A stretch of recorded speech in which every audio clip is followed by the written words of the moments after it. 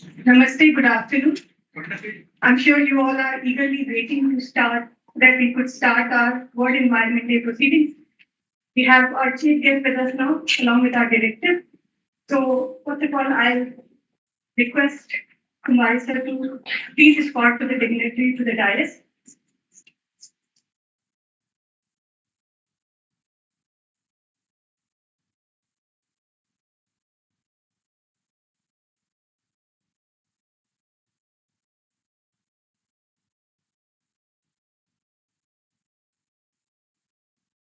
As you all know, we are celebrating World Environment Day 2026. And the official theme for World Environment Day 2026 is Inspired by Nature, for Climate, and for Our Future. The core focus of this Environment Day is on global climate action. We all understand our planet is warming. And we need to focus on the critical signals the planet is sending to all of us. And how can we use and accelerate the momentum for nature-based solutions? So with this very brief insights on today's occasion, I first request our director to please welcome our chief guest with a sapling.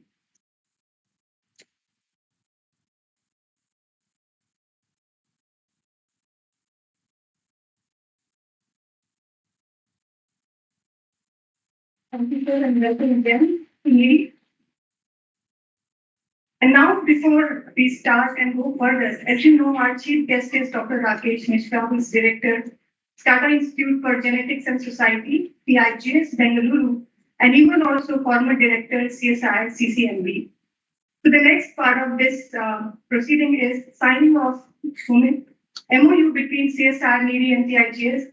I will please request Business Development and Program Management team to please come on the dais.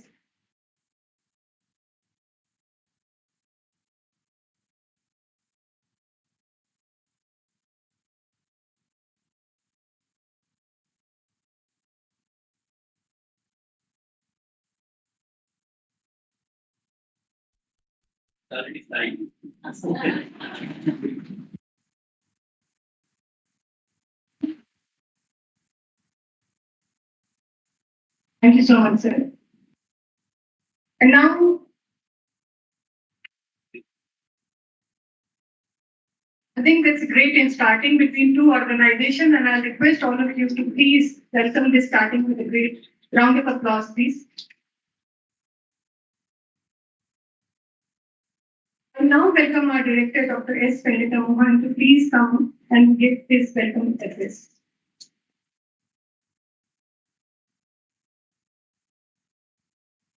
Thank you, Dr. Sharon.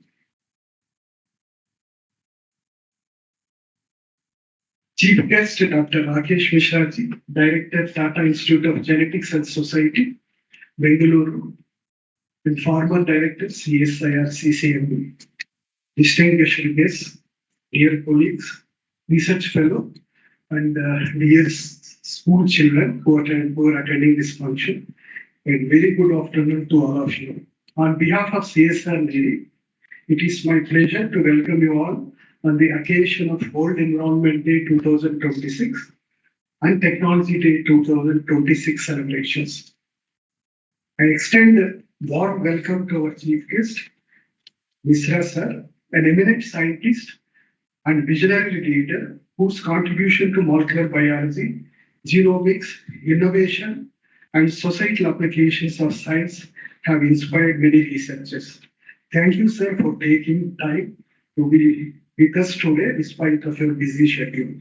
Before I proceed further, I would like to share some of the personal note about my association with Mishra sir. During the COVID pandemic, I have opportunity to work with Mishra sir on wastewater-based epidemiology, particularly with respect to COVID surveillance.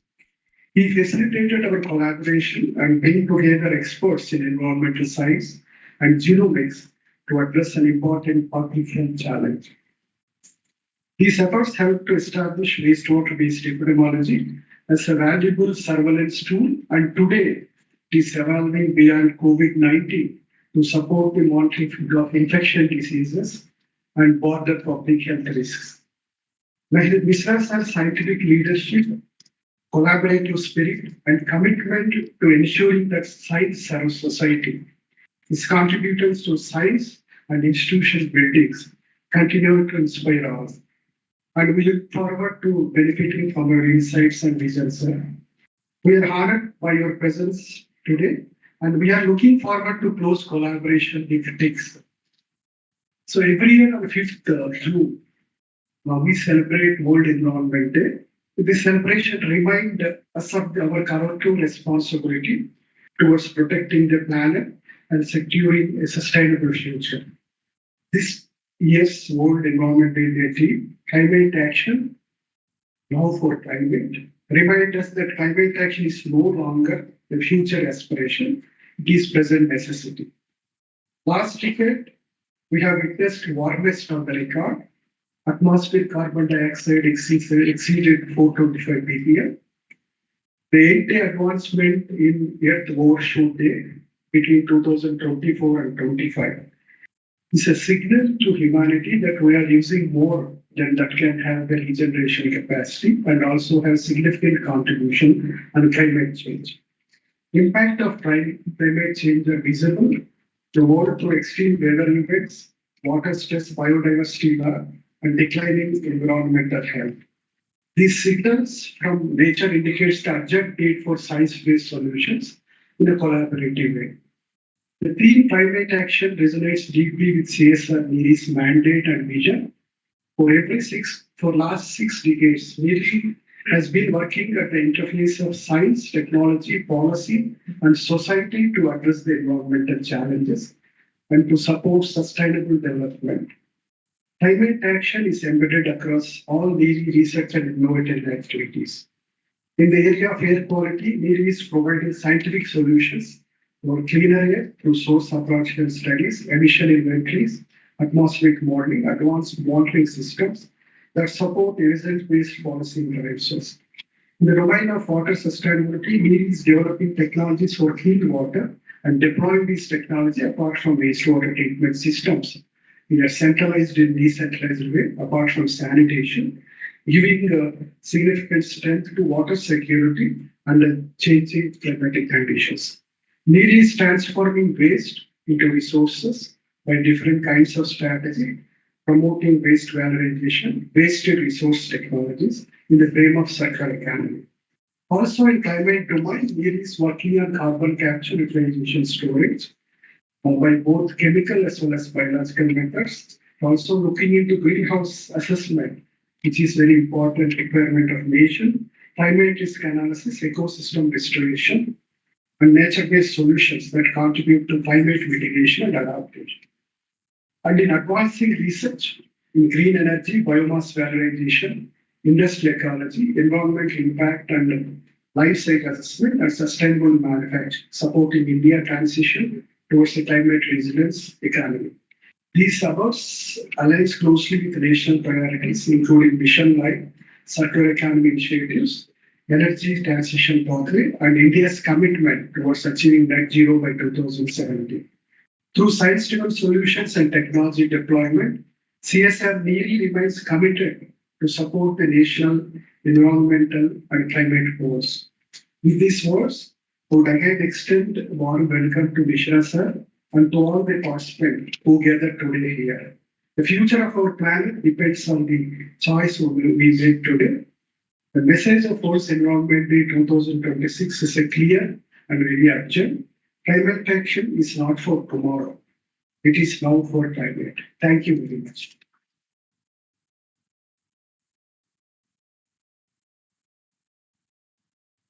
Thank you so much, sir, for your welcome address and also stressing and highlighting the need of the choices that we make today that are going to decide our tomorrow. And also, nature gives us enough than what we deserve, but certainly not for the greed that humanity has at the moment.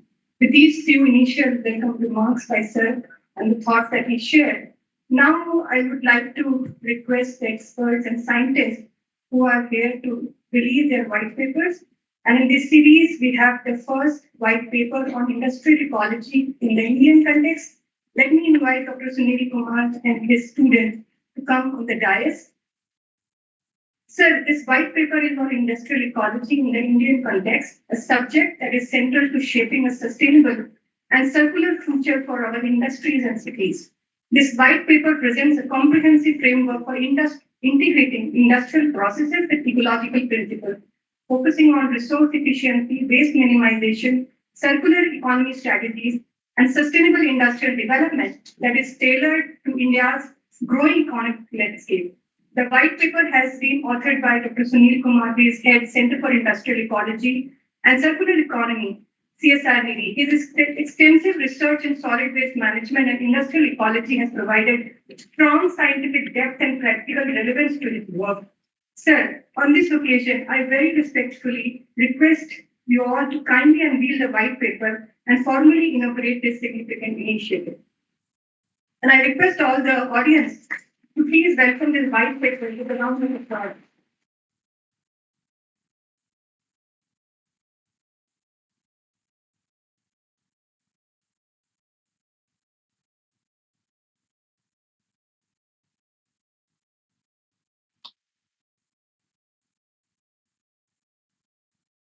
Thank you so much, sir. And now we have the next white paper that is to be released today is on environmental health risk atlas and action framework for the Vidarbha region. White paper Environmental Health Risk Atlas and Action Framework for the Vidarbha region, India presents an integrated vision linking air, water, soil, climate, and public health for sustainable regional development. It highlights the critical environmental challenges that Vidarbha faces and provides a roadmap for evidence-based policy, environmental governance, and climate resilience.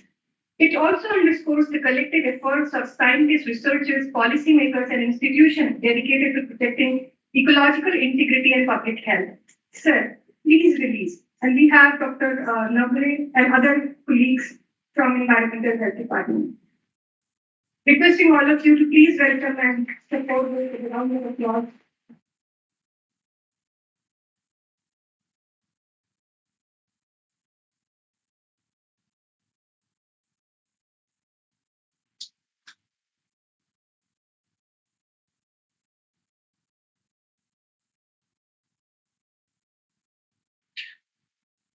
Thank you, sir, and thank you all the experts and scientists on the dais. Now, sir, as we already briefed you about the Living Lab initiative, and as you know, our 100 acre of campus is a wilderness amid this concrete jungle of Nagpur. And we, for last more than 10 years, have been monitoring our campus and seeing what kind of ecosystem services and benefits we all have been harnessing. And in line with the work that we have been doing, we have observed it's not just a habitat for trees, mammals, butterflies. It's also a habitat and indicator with the presence of a lot of such small insects and also fungi in the campus that shows that our campus is clean, pristine, and still very much protected from any kind of anthropogenic interventions. So far, we have reported more than 20 plus genera of fungi, macrofungi from our campus. And that also stresses the need that how much protection these urban campuses can provide as other area-based conservation measures to the country under the Kunming-Montreal Biodiversity Framework. Sir, I request you to please release this important document and guidebook on fungi from the campus. As you see, there are a lot of students in the audience. This guidebook is also relevant for these students to understand what we have in our campus and our urban areas.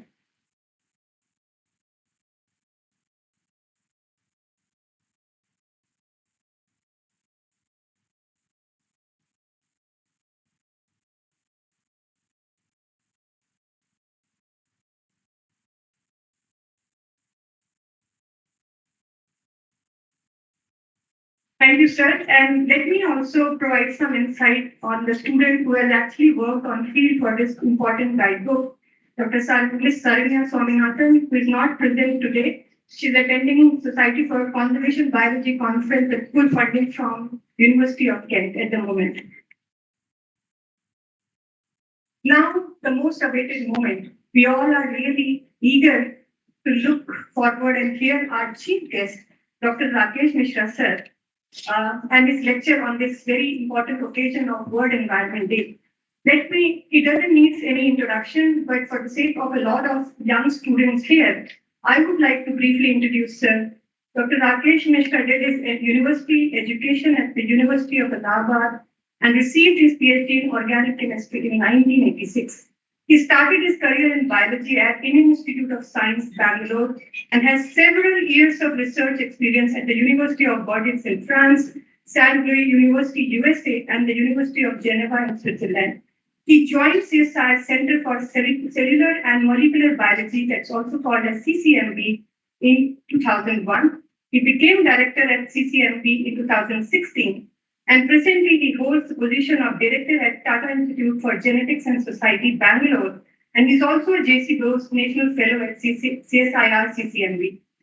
Under his leadership, the Atal Incubation Center was established at CSIR CCMB, Bangalore. It provides life science entrepreneurs the infrastructure and mentorship needed to encourage innovations. His research interest includes non-coding DNA and the role of epigenetic regulation in development. Since joining TIGS in 2021, he has been deeply involved in using cutting-edge science to solve societal problems in healthcare that include infectious diseases and rare genetic disorders, and also nutritional security. The IGS in particular is focusing on new technologies like mRNA therapeutics, in vivo gene therapy, etc., to make them accessible and affordable for the entire country. Sir has published more than 200 research papers. He's also elected fellow of Indian National Science Academy, Indian Academy of Sciences, and National Academy of Sciences, India. With this very brief introduction, I now invite Sir for his talk, and will also request everyone in the audience to please welcome him with a huge round of applause.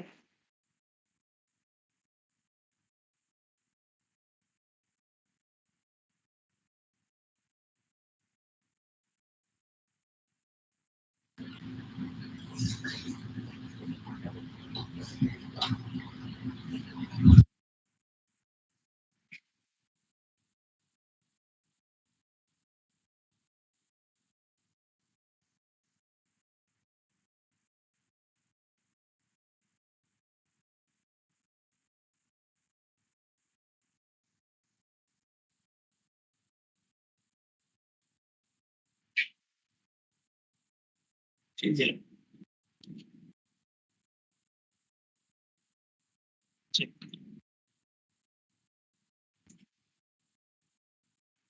Thank you. Thank you very much, Nagpur and the NEERI scientists and staff to invite me. It's a real privilege to be in this campus, and my aim is to understand in detail what this institute is doing. I know about NEERI for many decades, but I've never been closely interacting with the people who are in the science here of very relevant kind, and also to see where we can do things together, take the science, quality science that is happening in the lab to the society, which is becoming not necessarily, it's actually urgent and unavoidable if we want to exist after some time in whether it's our infectious disease management, nutrition, or the environment in which we breathe and live. And the morning was very impressive. I had a very brief look at your permanent exhibition and had interaction with scientists, and I really been privileged that I came here and learned all these things.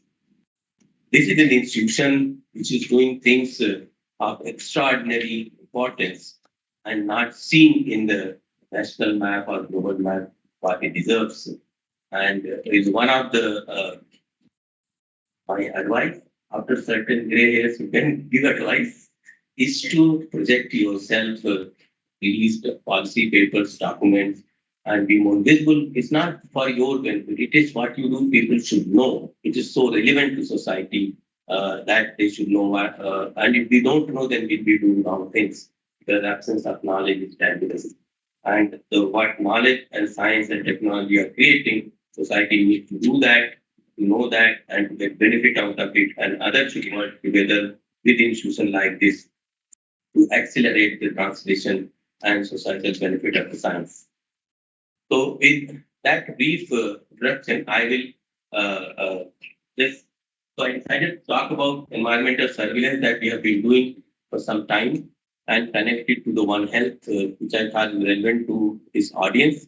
And my talk is not a technical talk, but there are some data I will use, but you don't have to worry about the ICT a student. So I will try to keep it more general and not go so much into the data digging.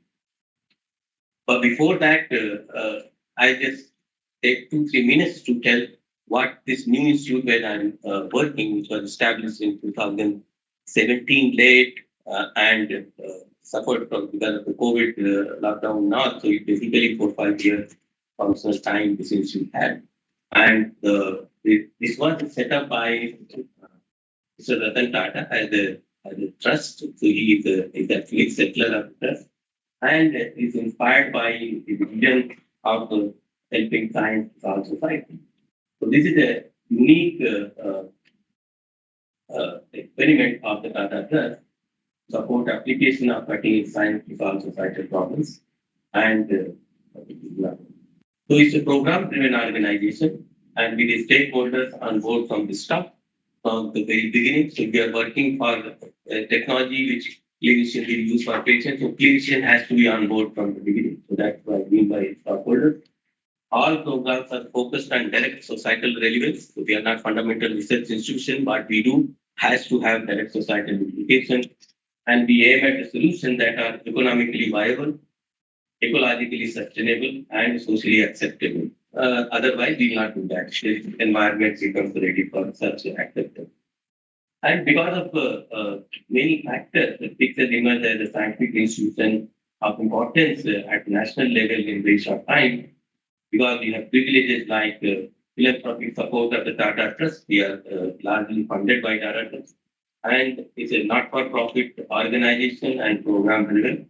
And it has the Bangalore Life Science Cluster ecosystem to its advantage where institutions like INSTEM, which is a DBT Institute, Institute for Stem Cell and Regenerative Medicine, TIFR Center, National Center for Biological Sciences, and CCAMP, which is the incubation center, and all in the huge campus of the University of Agricultural Sciences of Bangalore. So we have tremendous advantage, and we share in the list all the facilities and facilities with each other without any barrier. So what it does is how we take solution from lab to society. That is our vision. So we work on 3 different programs: infectious diseases, in which we have 3 verticals, and I'm going to talk one aspect of this, which is environmental surveillance. We work on rare genetic disorders, which is a big problem in the country. 90 million people suffer, and 1 million babies are born with rare genetic disorders, which have no cure and they have no future. And then crop improvement, which aims at climate resilient crops, nutrition security, and sustainable pest control. Because our agricultural practices have almost destroyed the ecosystem of insects, and lots of impacts are already coming, which is not sustainable.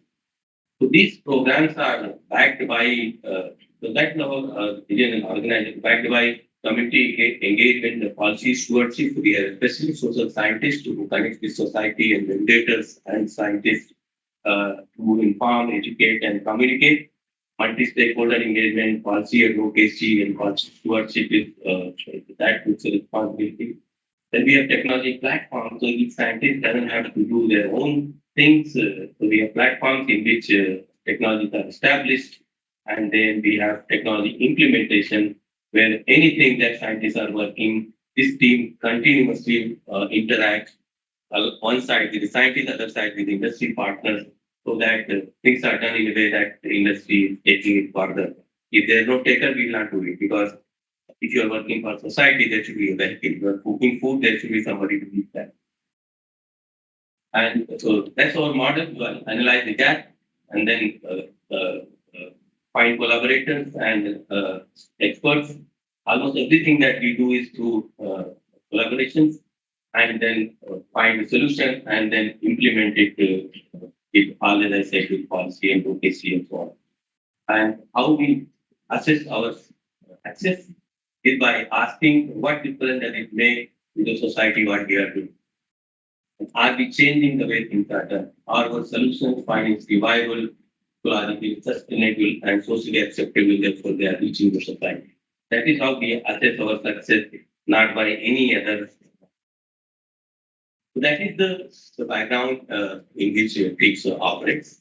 And I invite you guys to come and have a look how we do these things. And as I said, we have interaction, collaboration with large number of partners, and that is how we are able to accelerate things very fast. We don't have any waiting time for that. So then, with that, then coming to the today's discussion and environmental surveillance. So environmental surveillance is for pathogens and other biological material. And the fundamental of that is that there's the presence of genetic material in the environment, and which we can also call the environmental DNA. Whether it can be wastewater, water body, rivers, air, soil, surface, wildlife, again at all. And you can imagine that all of you sitting here, shedding 330 billion cells per day, all of you. In 1 second, you will shed 3.8 million cells. So by the time you go from here, many million cells. So that is shed is not going immediately to the environment. Some goes to the air, but most of it goes through water, through various nutrition, because most of it is skin and gut cells. So that means all living beings, and we are not unique, all living beings contribute their genetic material to the environment.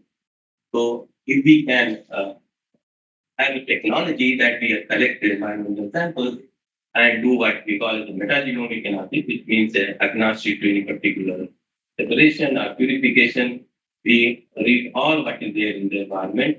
We can do very effective environmental surveillance and understand the ecosystem, which is now focusing on one hand. So this is the very fundamental biological fact of what we use as our base. The power of metagenomics, we can track composition and dynamics of microbes for the number of applications. It can be medicine, like the infectious disease and so on. It can be agricultural benefits. The soil microbes are very, very important. And environmental science, biodiversity, all those things you can use, learn from. And it is becoming even more important because of the changing times. And these changing times of anthropogenic activities, the urbanization, you just heard a little bit about that. The new niche for the biosystem is being created. Movement and migrations, decreasing biodiversity, monoculture of most of the food crops that we do, livestock, selective breeding, human wildlife contact. These are things that are making these analyzing the biodiversity from this angle very, very important. On top of that, then the climate change and global warming, which is making the whole ecosystem unstable. Changes are so fast, the biological system not used to this kind of pace of change, and therefore we have big problem. It also gives you, of course, unexplored life. Because when you are collecting samples and analyzing, we see maybe 1/3 or sometimes more than that genetic material unknown. That means those organisms we have not seen in our data system. And then, of course, it's very crucial for the biosecurity and biotourism. Sometimes lab creation, sometimes accidental, sometimes intentional. So there are, this is a technology very, very useful and importance for the society. And I'm very happy that many of you are using this technology. So in that background, how do we focus on the wastewater is, I just explained to you, a lot of us said whether you are sick or healthy, you will set the material along with the pathogens or non-pathogenic microbes that you have, that you can collect from the environment or whichever is the sewage system, isolate nucleic acid and estimate the pathogen, because we know their genomic sequences, so we can amplify them, read the DNA sequences by molecular biology technique, and then we can calculate the disease prevalence. And also we can do sequencing and find out the new variants or new pathogens that are coming. So monitoring the load and discovering new pathogens is very good system. And I came out of the whole CCMB came in this at the very beginning of the pandemic when we started doing wastewater surveillance for the SARS-CoV-2 in 2020 July.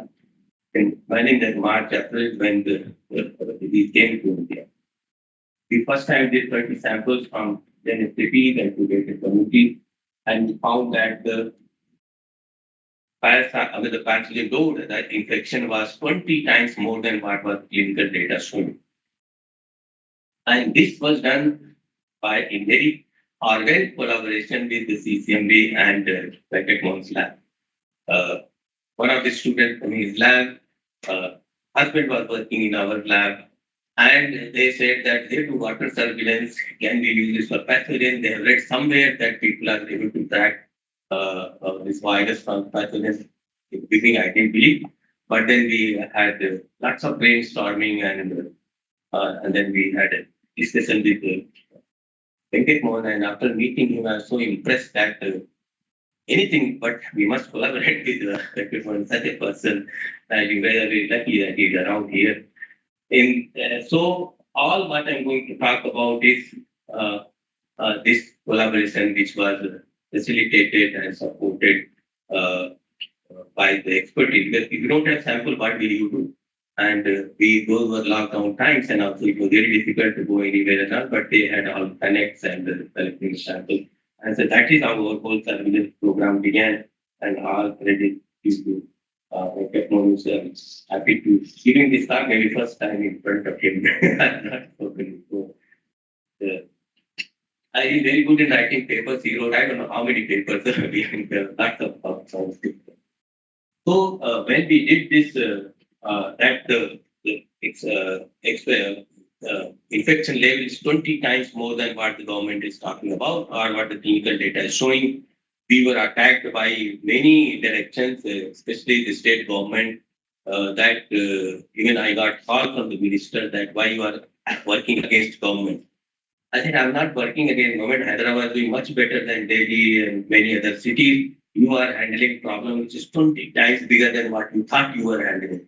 But they were not convinced, and in the assembly, opposition said that the government has failed, infection is very high, there were lots of problems. So after a few months, when the zero surveillance was done, that exactly matched with what we were saying, that the zero positivity was in 20 times more than what the clinical data was showing. So we were very convinced, but not the government. So after that, they stopped access to STPs, but it's a free country. So we started with expertise and help of lab. We started collecting samples from open drainage and continue. So it takes some time to stabilize things, and open drainage is much more valuable. But it became actually a blessing in disguise, because later on we continued. Today we are doing that. We continue doing surveillance in Bangalore. Then I moved to Bangalore from the STP. Bangalore Municipal Corporation is very cooperative, and as we said towards the end, they are very forthcoming also. And that is Hyderabad data, where we do 17 open drainage points, and you can see the peaks exactly match. And we are continuously doing it. Even the past 2 weeks, there was a little peak, and that it went. So now the peaks are invisible because there is no clinical symptoms. So you guys don't know, but the wastewater surveillance is very effective way of monitoring the pathogen. So once we were convinced that the environmental surveillance is really effective, we made an alliance called the Alliance for Pathogen Surveillance Innovations obviously in India. It was funded by the Rockefeller Foundation, and there were 4 city centers, lots of organization in this, which we were leading, and it helped many things in making new diagnosis kits, monitoring pathogens, various levels. And so this is how the OPSI is formed with multi-city cluster. Hyderabad, Bangalore, Pune, Delhi were the main cluster. We had other stakeholders, lab, clinical partners, industry partners,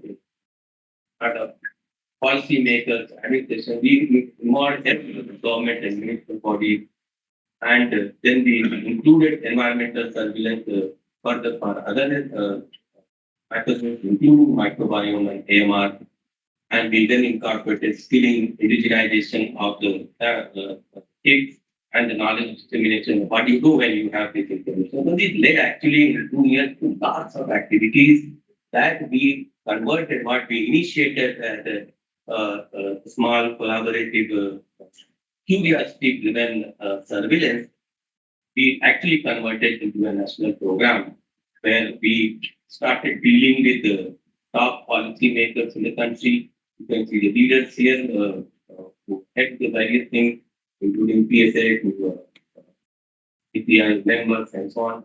So at national level, state level, local level, we made sure that the message that environmental surveillance is relevant, it should be done, and at the same time, make it affordable and possible.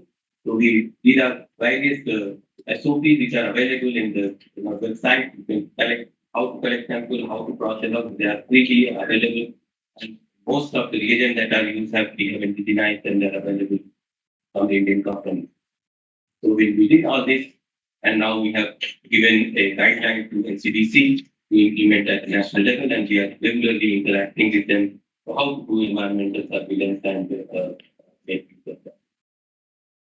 So something which we learned by how to collect sample in open drainage closed system, how to process those samples, concentrating them in convenient way, and using genomics and other molecular techniques to identify the pathogen. We reached a point of proposing this as the idea of pandemic preparedness, which now is the idea that fought by ICMR, NCDC, National Wildlife Mission, and many states, and all this part that you are seeing, they are working with us as a network. So, as I said, it was once in a 4-city cluster. Then we began a program of the AMR surveillance with ICMR because they were impressed by what we have done and what we found. To continue, now we are doing 57 BRDL monitoring for past money. I will show you some data from that. Then National Wildlife Mission and ICMR suggested us to do a metagenome hub, set up hubs for syndromic surveillance, which has just begun 2 months back. And more recently, from 1st of this month, we have begun another program at national level, metagenomic and disease surveillance in which ICMR, WHO, National Wildlife Mission, and NEERI as part of a very important partner because this allows us to have access to sample and the scientific way of handling the samples from many places. So this is going to be implemented in about 10 cities or locations, and this will give all states covered with this will give us not only SARS-CoV-2, not only AMR, but the complete pathogen profile, VP surveillance as designed by ICMR. So this will really be a game changer in our understanding and therefore policy.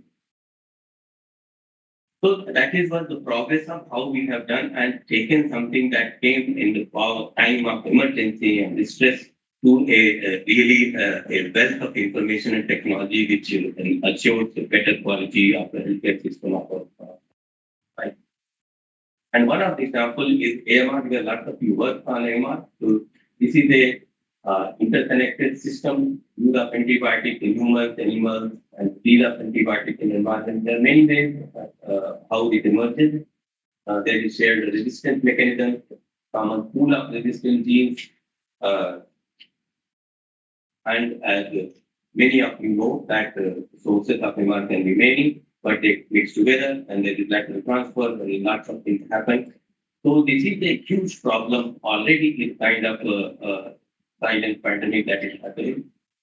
And looking at this, it requires really cross-sectoral collaboration of health professionals, veterinarian scientists, and other stakeholders. We need to surveillance and monitor, then only we can think what we can do.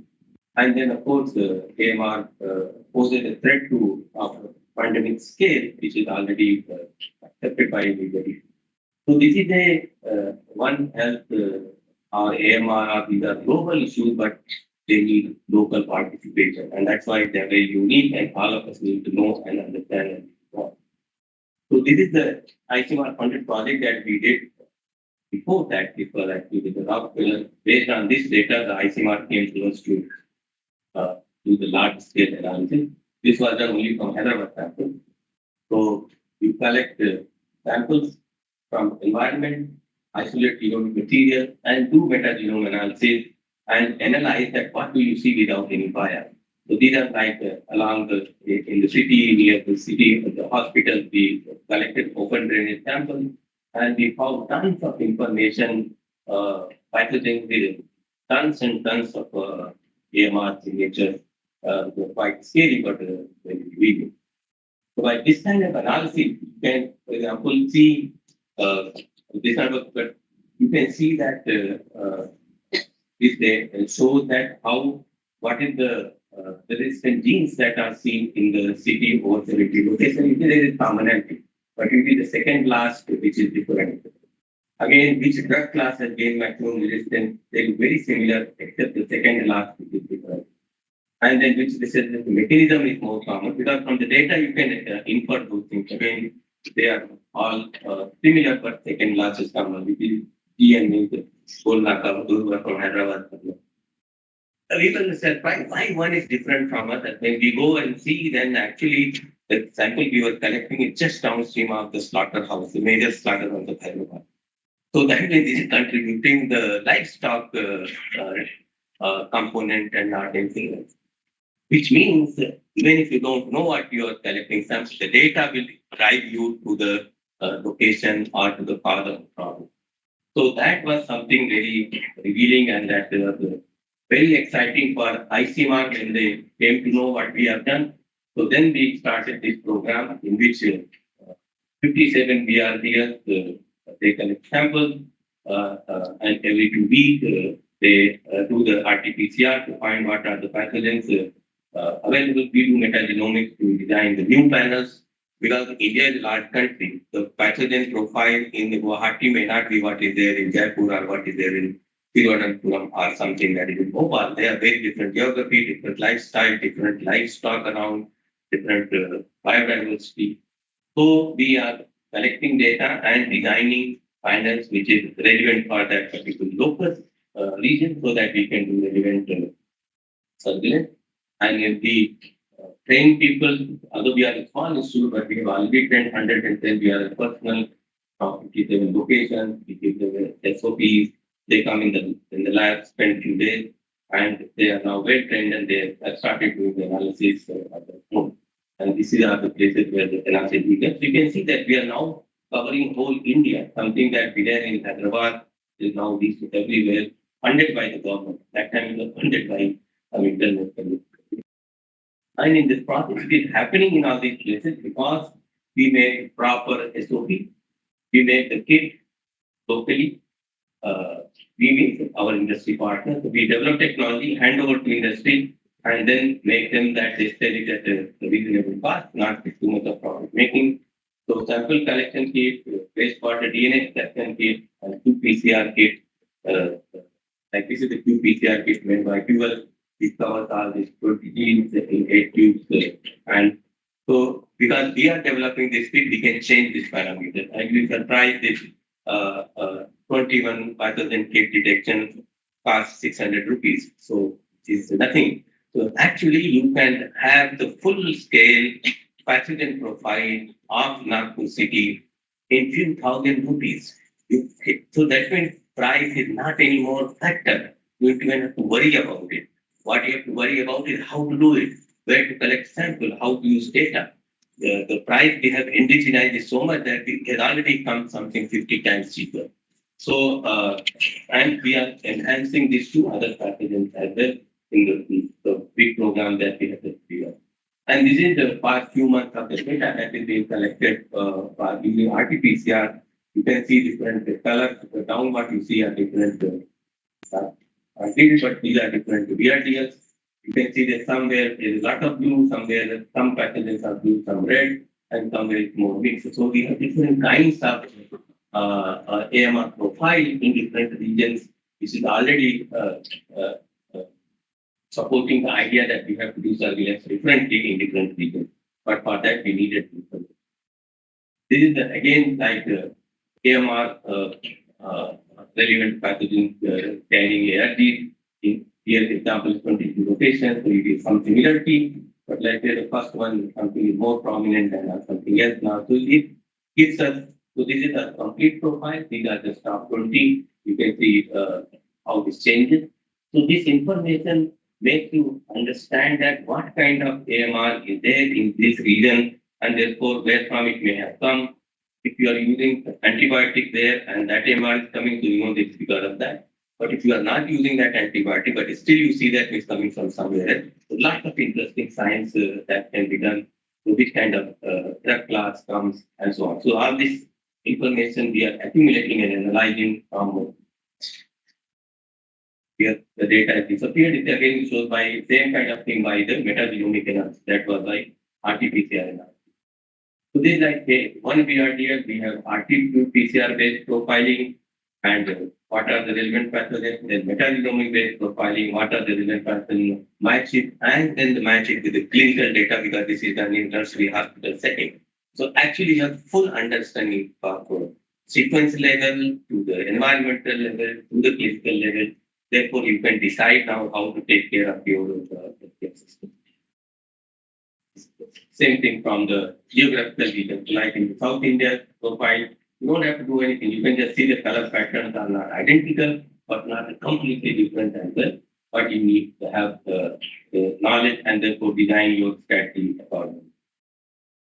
So that was about the wastewater system. We also started during COVID time air surveillance, to collect the sample and pass it to air filters, then take the filter out and take out the genetic material and do the genomics. And so because this technology is so accessible, so powerful that you can do a lot of things. So here, for example, we have collected samples from different places and you can see the profile of various pathogens that we see, whether it's in the country, but like in poultry or open space or hospital or our own factory, and so on. So this gives you that what kind of pathogen. If I set up my machine here and while we are all talking, and by evening I can tell you what all pathogen we are releasing in the environment, which all flu is going around. Before so many times we are asymptomatic even when we are carrying the virus because we have immunity. But a variant can come that can trouble us. So if you know what is prevalent, we can be we can prepare for the diagnostic, for the vaccine, or for the antiviral if they are there. Just to save time, just to show that lots of things can be done using it. So although I said that this is very nice, but there are challenges of doing environmental surveillance, which is location. So whether you want to do a SCP, open drainage, city, village, water body, river, stream. And I think this institution is the place who can tell where to do the surveillance because you have an understanding of these sources. They look trivial, but that's very important at which location you should do it. How often you should do it? Every week, every month, once in 6 months. Too few is meaningless, too much is waste of resource, so that needs scientific knowledge. And then what pathogen you want to look at?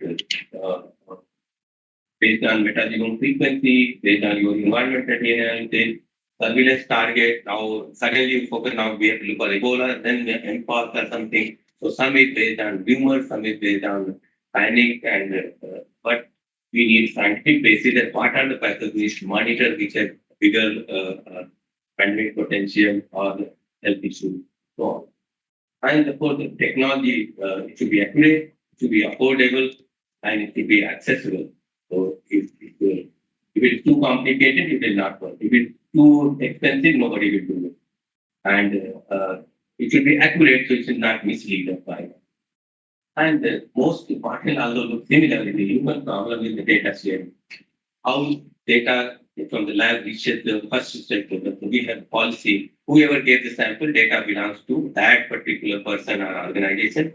And our first step is to keep that organization the data. Many times they ask us how to use it. So that is different, but they have constant access to the data. Then they will get confident in working with you. And there are the limitations of this. Not that the metagenome is solving all the problems. Is the interpretation of this complexity, as I said, how the we don't know what it is. So it is that right? It is a new pathogen, so that it requires more challenging routine. If you don't use it properly, it will bias the sequencing and you will start defining unnecessarily because the PCR will amplify something and you think it's a problem. And then depending on your sample collection, if somewhere sample is lying in a river or in a pond or something, so some organism may amplify there. That may give wrong impression that many people are infected. Actually, it's multiplying outside. And so those are some issues that, but once we know the biology of them, we can make those corrections. So it's essentially our approach is that do metagenomics, make your profile, indigenize the system, and convert into RT-PCR kits and give it to the system to use. And so that means you have industry partner who is making the kits which are affordable, totally indigenous. You have ICMR system or whoever your taker, they understand how to use that data, and working together, we can actually have early warning, planning, and for multiple pathogen threats, and that can avoid lots and lots of miseries and disasters that we've seen. Here's one of the examples. We have just made this model. We are now giving it to various stakeholders who have the data. How to do early warning and predictive disease modeling based on AI and data processing. And we have developed in the our language which can be used in any PC. Feed the data over a period of time, and it will give you alert that now you're going to have a pandemic at all. So this is based on our various data sets. One is of course SARS-CoV-2, but we use other data. We are doing many cities. So it's reasonably good. Now we want people to start using it. So we'll be releasing very soon. By doing this, we also develop a capacity, what we call pandemic preparedness. So our promise to ICMR is that you give us the sequence, and in 6 weeks we'll give you the kit, which you can internally validated, which you can use. And these are the pathogens we have already tried as a dry run, not that they are going to use. But these, when we are doing all these kinds of things, such things are outcome and they are required, and all of this will be, they are planned for indigenous.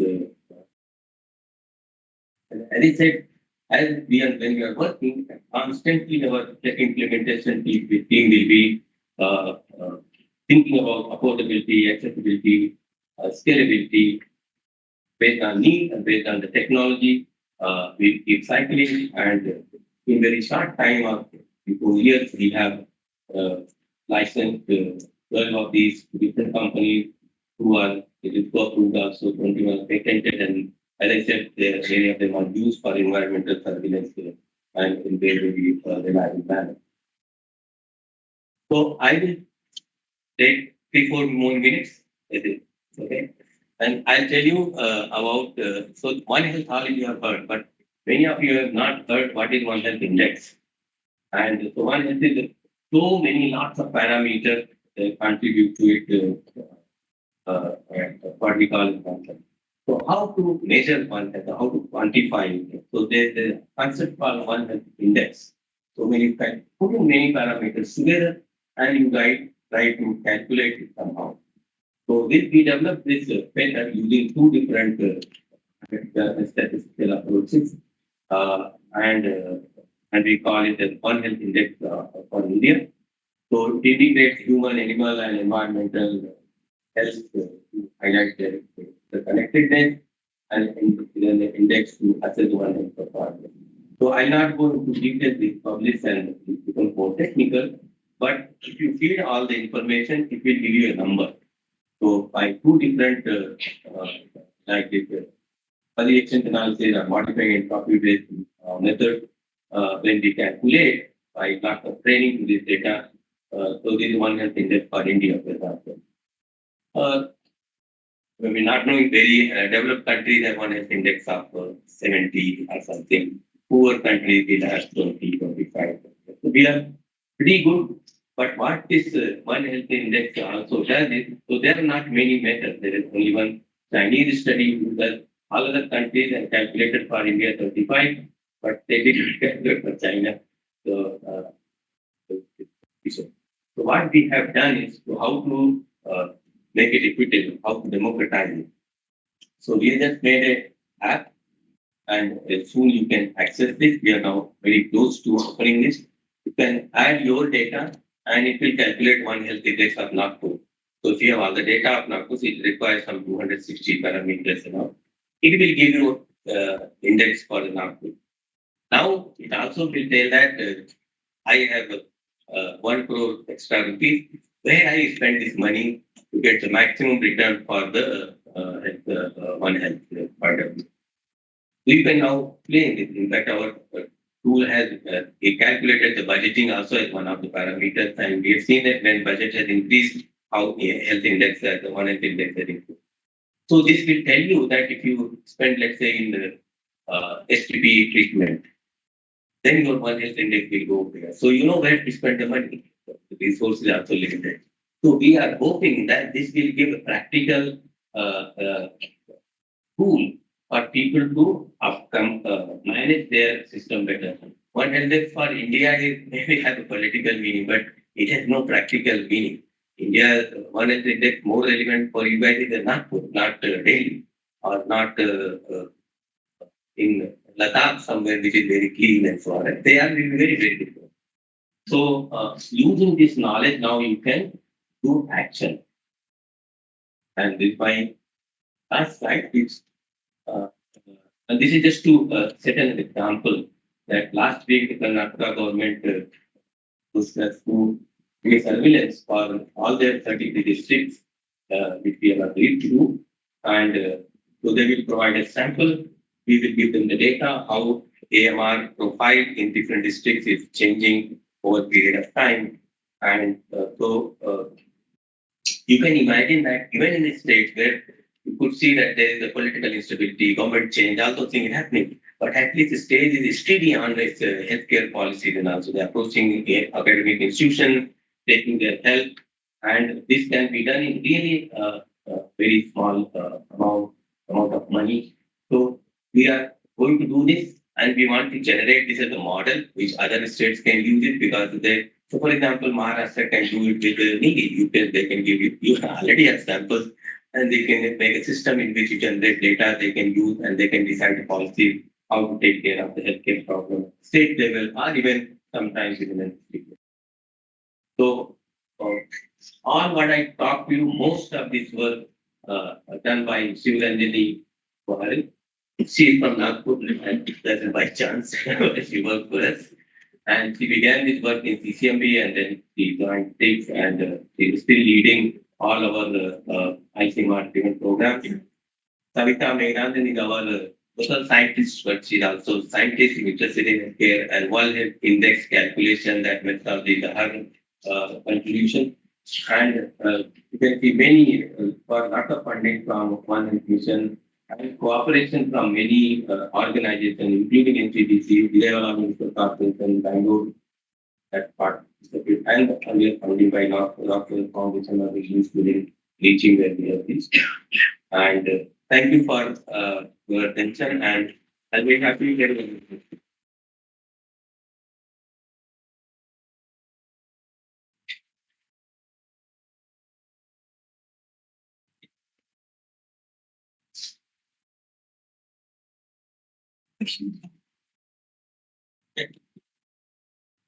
Thank you so much, sir. In a very small span of time, we provided a lot on a major initiative of water, national mission on One Health. We talked about AMR, we talked about wastewater surveillance, and how much it can provide and support the health mission of the country.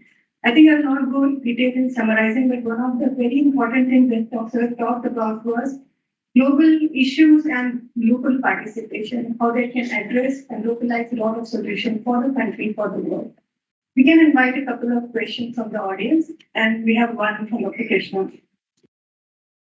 Do you have a microphone for him? Start. So you can come in. Yeah, fantastic presentation, Rakesh sir, and really it's very futuristic, and it's not just a question but also a comment. Even the Singapore government went with this kind of approach, and they also did very robust work, and they were able to convince the government to completely shift to the environmental surveillance, and they no more rely on clinical data. And they are so. I believe that similar you can take the lead in doing it for India also at the policy. But one thing actually strikes me is that how the clinical data is so easily accessible with IDSP, which is Integrated Disease Surveillance Portal, and IHIP, which is Integrated Health Information Portal. Similar kind of portal should be there for environmental data also, so that it's, and you also emphasize on sharing the data. So your thoughts on that? Yeah, this is very important. As I said, it looks trivial, but it's the most complex problem. So currently, what we are doing, ICMR has a Indian Epidemiology Institute, Indian Institute of Epidemiology, or something in Chennai. So they have a system that is where they are making preparation to host the data, and there is the Indian IBDS, Indian Biological Data Center in RCD. They don't even have capacity how to store metagenomic data. I talked to them, and they are different ways of doing, so they don't have that. ICMR has set up very big data capacity in NIV in Pune. I was there last week, and I saw there's a massive facility, and they are setting it up. So at the moment, I consider that as a reasonable but a transient arrangement which ICMR is doing. So data can be collected there. We had a long chat with NCDC, but they are going through some major change, so they are not taking any data right now. So this shows that how unprepared our guys are. Although there has been time to time lot of investment in those things. So this is something which government has recognized. So the IBDSC is enhancing its capacity. They are now trying to. There's a different story, but there are a lot of efforts happening, and hopefully it will soon start working. At this part, human genome data that has been done, and there are a lot of complaints why we are not able to access and so on. And now we are going to have genome information several orders of magnitude more than what is current there. So we need capacity. For the environmental data is very interesting, very sometimes sensitive. The government is a little hesitant, but I think if you don't do people can access the samples and generate data. So we being constipated is not the strategy. We should be bold and generate capacity to use the data rather than not use it. If we don't do, somebody else will do that. So these two places in Chennai and Pune is where the data, this data will go what we are generating. Will be stored. Of course, we store in our places also, but that will be of limited access or analysis. But since more and more, there at least understanding is coming that it is important, and I mean, this is what I'm talking about. There are several tens of crores of project for 1 year, 2 years. So there's a lot of money that government is putting. So which means outcome of all this will be what? Data. So if you are earning something, you don't have time to keep your money, then how you do that? So there is a requirement they've understood and it's being developed. But I think as we create more usefulness of this in public view or policy makers view, more and more capacity for data investment will be made available. But already now things are there. If we use it properly, it's there. Like in this, there's enough scope and processing power, storage and processing power that we can do.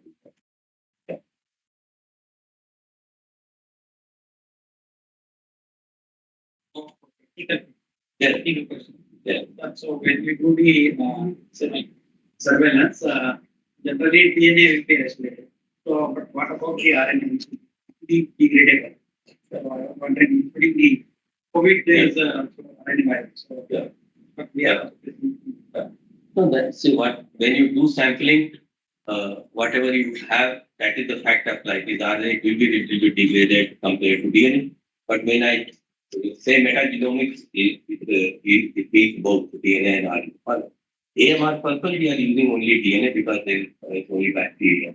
But for our other metagenomics, like syndromic surveillance, that is totally RNA metagenome based because those are human samples. So there are now techniques that can preserve RNA, but when you get the sample, then you can control it. But like if you go to Tadoba and select samples from the forest, so we have no control what has happened to that. But after that, we can Climatic conditions. right, yeah.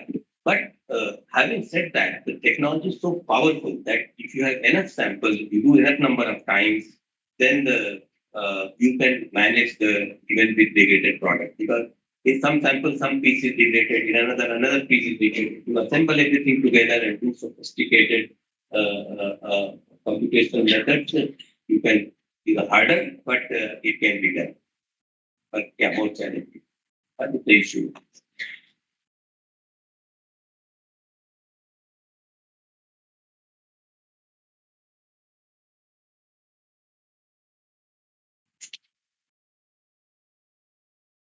Sir, once again, I think your talk and your answers have been inspiration for subject experts here. They are knowledge for students who are next generation of scientists here. And I'm sure that audience have been highly enriched with your presentation. Thank you once again, and round of applause, please. So now we move to another segment of this uh, celebration, and I think this is what students here are eagerly waiting for. So as a part of CSIR-NEERI Foundation Day celebrations in 2026, a student research and innovation expo was organized wherein high school students from various schools have showcased their innovative working science models. The exhibits were evaluated by expert juries, and the top presentations were selected based on their innovativity, originality, scientific approach, and potential societal relevance. The selected students are being honored with certificates of excellence in recognition of their innovative ideas and outstanding efforts. May I now request the students to kindly come on the stage once their names are announced to receive their certificate of excellence by our respective dignitaries. And a round of applause for all the young innovators and future scientists who are here in the audience. So I'll start calling their name in reverse order. So first is a certificate of special recognition. We have 3 students for certificate of special recognition. These are Master Chaitanya Pavan Pasari, Master Mohit Dharam Raj Shende, and Master Nishad Dattaraj Male from Shankar Sanskar Vidyalaya Sagar Nandanvan. And they're all from 10th standard. And they developed a microvision spectacle that integrates with ESP32.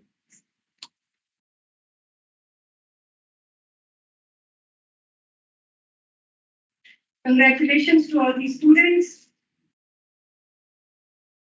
And I'm sure in future, these kind of ideas will be very relevant for industries and also society to be taken further.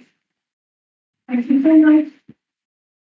And now we go for certificate of excellence. So on the 4th position in special recognition are Ms. Bhumika Somyani and Ms. Goyanaz Sheikh. These are 12th standard students from Bhavan's GP Vidya Mandir, Sri Krishna Nagar, Nagpur. And they developed the leather from banana peel. Again, and I think a sustainable solution. It also reduces pressure and also ensures sustainable use of wild species. Ms. Bhumika Somyani and Ms. Soyanaz Sheikh. Congratulations, students, and also Bhavan's GP Vidya Mandir, Sri Krishna Nagar, Nagpur. Thank you so much. And we have in the 3rd position Master Johannes Kamble, is 9th standard student from Bhavan's NTPC Vidya Mandir, Mauda. And their innovation was natural fog water harvesting using coconut bark fiber net. Round of applause, please. Please ensure that these all young students and researchers are encouraged. We got the 2nd position, 3rd position, and this was all in sharing with Bhavan NTPC Vidya Mandir, Sri Krishna Nagar. Thank you so much, students. Now we move to the second position, and we have three students for second position from Lalita Public School, Master Anjaniya Antulkar, Master Karan Harimkhede, and Master Anurag Samanta. They are from Lalita Public School, and their project title is ECFT, Earthquake, Cyclone, Flood, Tsunami Helping Device, All Terrain Vehicle. From congratulations and round of applause, please.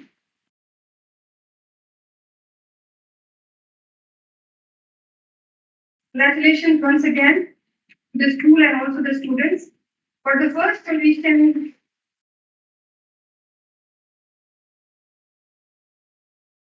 now moving to the final and the first position winners, they are Master Himanshu Dilip Bajne from Lata Sulochana Devi for the Vidyalaya Mohadi, and the student has developed multi-stage air purifier. Congratulations, Himanshu.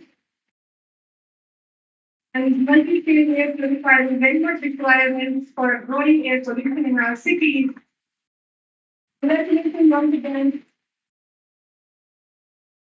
Thank you so much. I will request dignitaries to please take their seats. And I think it's a great moment. The students are really excited with the awards, and that's a great moment. We are towards the end of these celebration proceedings, and I'll request our director to please present a token of gratitude and memento to our chief guest, Dr. Rakesh Mishra, sir.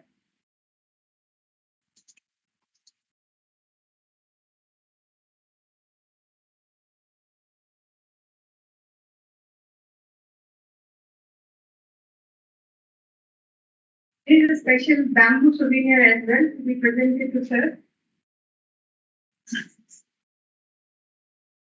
Thank you so much, sir, for your presence here and sharing your time and thoughts with everyone.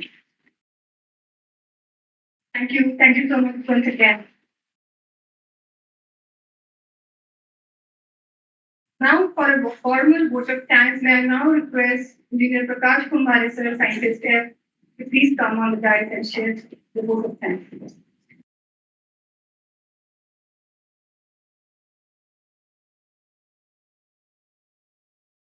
Respected dignitaries,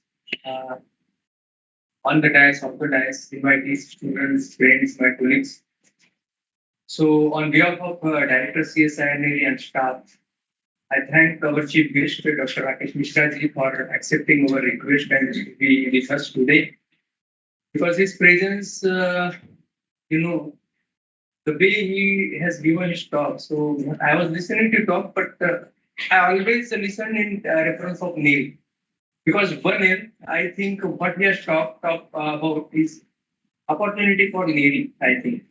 Because from one point I have taken from your lecture, sir, that is unexplored pathogens or unexplored microorganisms, we can say in simple language. Because we have done wastewater surveillance or sewage surveillance and we are doing now the monitoring. But why we talk in the context of NEERI, why you cannot extend other environmental parameters, like we are dealing with water, we are dealing with soil. So it's such kind of thing we relate with one health project or one health initiative. I think there will be enormous opportunities for NEERI. And I think from your lecture, his point you have taken well. So I thank you for his message, which has been given here because he's working in the national arena in this field. So we will request sir, you are there. So please extend to all other environmental parameters also. Because we are doing AMR or those things, but there will be several parameters for unexplored potential, unexplored pathogens. This may have relevance to health, public health. So those kind of things you have to, and this is the right message that on the World Environment Day have got. So I thank you, sir, for coming here, and I thank my director also for his unstinted support and encouragement as usual. And I thank you all for your patient listening. And I thank all those who are associated or indirectly or directly associated with this organization of this event, which have made this memorable success today. And all scientists, I cannot name anyone. So everyone, I thank everyone from my bottom of heart for your kind support and cooperation. So I think this is more from my side. So I will just in the end, I will read one Hindi poem. I cannot say that I have written that. I will not claim that. मैं claim नहीं करूंगा, लेकिन मेरा पूरा प्रयास रहा है कि इस कविता को मैं आपके लिए मतलब मेरा प्रयास हमेशा रहता है कि मैं CSIR नेरी के लिए कुछ करूं और CSIR नेरी के ही गुण गाऊं, क्योंकि मैं CSIR नेरी का हूं, इसमें कोई दो राय नहीं है। तो मैं CSIR नेरी को लेके एक कुछ कविता सुनाऊंगा। CSIR नेरी ज्ञान और प्रकृति का संगम सिखलाता है, हर जीव के लिए सुरक्षित पर्यावरण बनाता है। CSIR नेरी ज्ञान और प्रकृति का संगम सिखलाता है, हर जीव के लिए सुरक्षित पर्यावरण बनाता है। CSIR नेरी शोध से धरती को संवारता है, स्वच्छ व हरित भविष्य का मार्ग दिखाता है। CSIR नेरी का प्रयास निरंतर चलता जाए, CSIR नेरी का प्रयास निरंतर चलता जाए, पर्यावरण संरक्षण का संदेश सब तक पहुंचाए। धरती माँ को हरियाली से सजाना है, हर जीव के लिए जीवन सरल बनाना है। जो जीवन की बात हुई थी अभी वन हेल्थ, तो हर एक का जीवन वन हेल्थ के हमें सबको सरल बनाना है। आइए हम सब प्रकृति का संरक्षण अपनाएं, आइए हम सब प्रकृति का संरक्षण अपनाएं, स्वच्छ हरित और सुरक्षित भविष्य बनाएं। Thank you very much. के साथ मैं आप सभी को अपने स्थान पर खड़ा होने के लिए अनुरोध करता हूँ, क्योंकि नेशनल एंथम चालू है।